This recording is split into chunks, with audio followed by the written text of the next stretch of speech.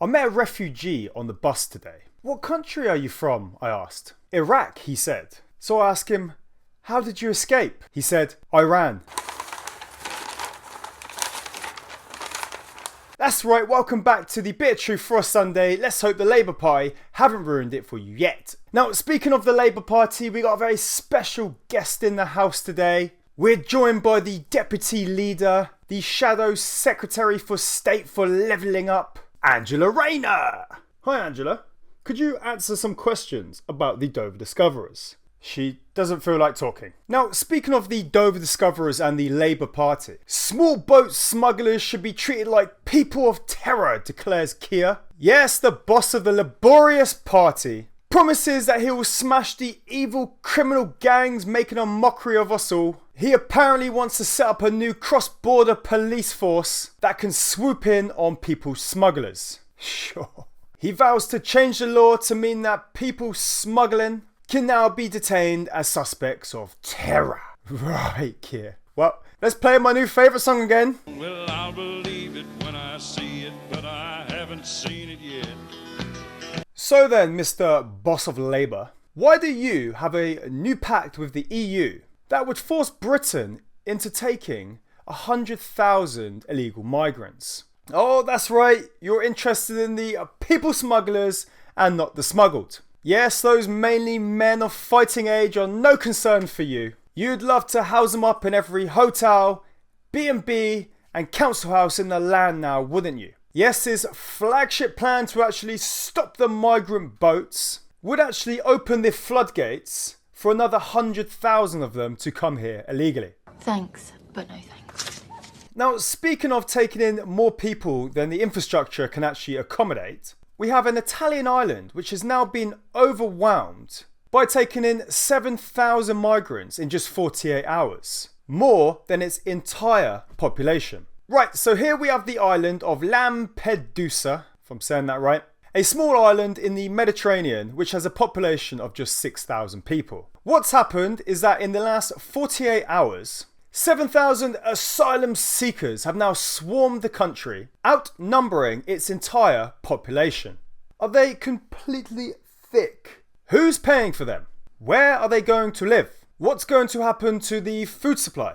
What's going to happen with medical? What's going to happen with the police? What about the locals? You know, the locals' beliefs, their way of life, their money. Do you want them to take a 50% pay cut in order to pay for these people? Who's going to clothe them and feed them and how? These are all legitimate questions. And so is this. What the fuck is going on? Where are all these people coming from? And why? Hey, nobody cares. And let's take a look at them here. Now we have biohazard tents that have been thrown up in Dover as an alert is issued after arrival of more Dover discoverers from France. Yes, the Home Office has confirmed this biohazard response has been used following reports that some migrants have become unwell. Unwell, please. You don't need men in hazmat suits for a few people that have the shits. In recent weeks, we've seen authorities have to deal with the outbreak of scabies, TB, and other illnesses. But don't worry anyone, it's all okay. The government are looking after it. Very, very normal. Nothing to see here. Right, anyway, speaking of health, let's take a look there. GP practices bring back the COVID masks for all patients. Who fucking cares? Can anyone actually get in to see a doctor yet? No? Actually, can anyone even get through to the receptionists, who ask more questions than their doctor ever will? Nope, didn't think so. Shove your face nappies up your rears and get back to work.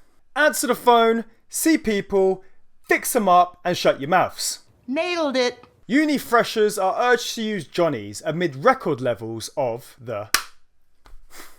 Yes, we've had a 50% jump in the last year in Brits aged 15 to 24 getting problems down below. Well done to the 4,000 new people getting diagnosed daily. Look, I've got a graph. Fantastic, we are setting new records once again. We are full of overachievers in this country, aren't we now? Don't worry, if it doesn't turn purple and fall off, you can still use it.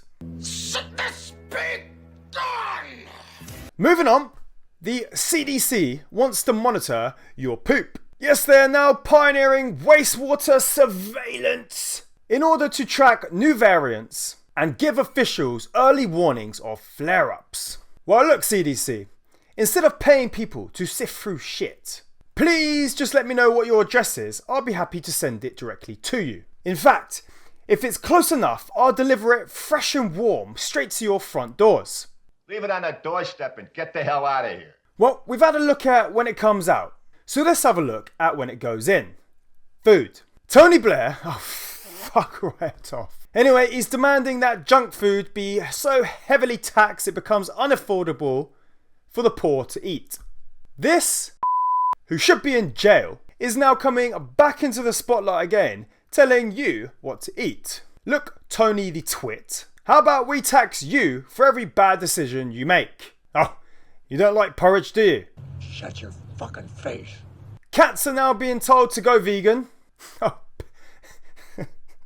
fucking do one. You sound like that idiot Scale Electric's driver. What's his name? Lewis Hamilton, yes, with his vegan dog. Yes, a study, oh, here we go again, says that meat-free felines have fewer health disorders and are less likely to need medication. Don't worry, folks, let me debunk the obvious bullshit you see here. Their study of only 127 vegan cats said that it cannot be certain that these results are accurate and made it hard to be sure that these health benefits weren't just by fluke. Bullshitted every single day. Every day. Every single day. Man, there you go with that bullshit. Now, speaking of vegans, fuck me, they are so annoying. Leave a like now if you can't stand those meatless morons. Anyway, a vegan demands that the Natural History Museum should be closed down because of cruelty to stuffed animals. Oh God. Yes, this loser from Tring has vowed to stage a protest in a few weeks' time. Why not sooner, love? Lacking the necessary vitamins to get you there in one trip?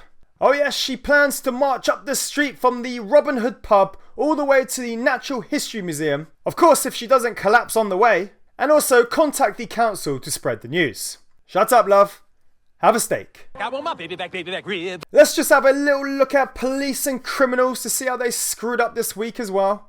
Now, these next two articles were literally right next to each other, showing how our lovely mainstream media are literally hand in hand, or rather leg in leg, taking the piss. Whilst we have scientists that will now use amputated human legs in tests to see if police dogs could tell the difference between human remains and animal remains. We also have a one-legged woman attempting to break loose from Tesco after stealing. And here's the articles as I found them. Some say she could have been under the influence, while others say she might have just been legless. What a loser! Now, speaking of shops and theft, we again have some more. A shoplifter steals hundreds of pounds of chocolate, meat, and beauty products. Well, looking at this skinny weasel, he definitely needs to eat some more calories.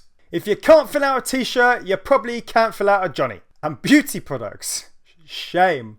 Somebody should donate to his cause. Anyway, he nicked the items in order to fund his poppy addiction. Even on one occasion, returning to the shop that he had just robbed for a re-up. 20 previous convictions for 44 offences.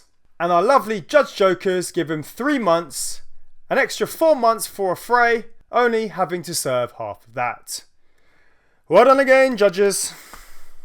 What's the point? Well, you know I've been talking a lot about shoplifters lately. Well, other than the fact that it's absolutely fucking rife, they piss me off absolute no end. They put innocent people in danger. They put the prices up for everybody else. The police seem to give zero fucks in investigating it, even given all the evidence. Well look, this is what happens. The Iceland boss has now revealed 3 of his workers have been infected with the H to the I to the V from shoplifters' needles. Yes, police, don't worry about the hundreds of people that are getting assaulted daily, slapped, punched, threatened with a whole host of weapons, including these dirty needles. The amount being pinched is under £200, so who gives a shit? I am telling you, police, if you don't start doing your jobs, this is going to continue. And someone is going to get even worse than hurt. We already saw yesterday a woman getting choked out, and rightly so, by a frustrated shopkeeper when she tried to steal from him. This will all end at the morgue, be it the shopkeeper, the shop assistant, an innocent customer, or the thief. Do your fucking job. So let's have a look and see what the police are actually doing. The police have stormed the street after a prankster hangs fake body parts out of a wheelie bin. Brilliant. Now I know because of the corrupt councils becoming bankrupt, a bin collection does cost an arm and a leg these days. But seriously, who is the brilliant member of the public who thought this was a good idea to call in? Moron. Moron. You are made of stupid. And whilst they aren't in your neighbourhood to sift through bins for fake body parts, they are in your bedrooms. A Canadian man jumps out of his shower to find a cop in his bedroom with a traffic ticket. Yes, well done to the RCMP, the Royal Canadian Moronic Police, for not only invading this man's personal space with a traffic violation, but then to take the complete piss out of him by naming him as the shower guy. I'm pretty sure that we can come up with a few nicknames for you morons. What the hell is wrong with you people? And don't worry, the police are still pretty busy here as well. A police officer was too busy having a horizontal jogging session when he should have been out looking for a high-risk missing person.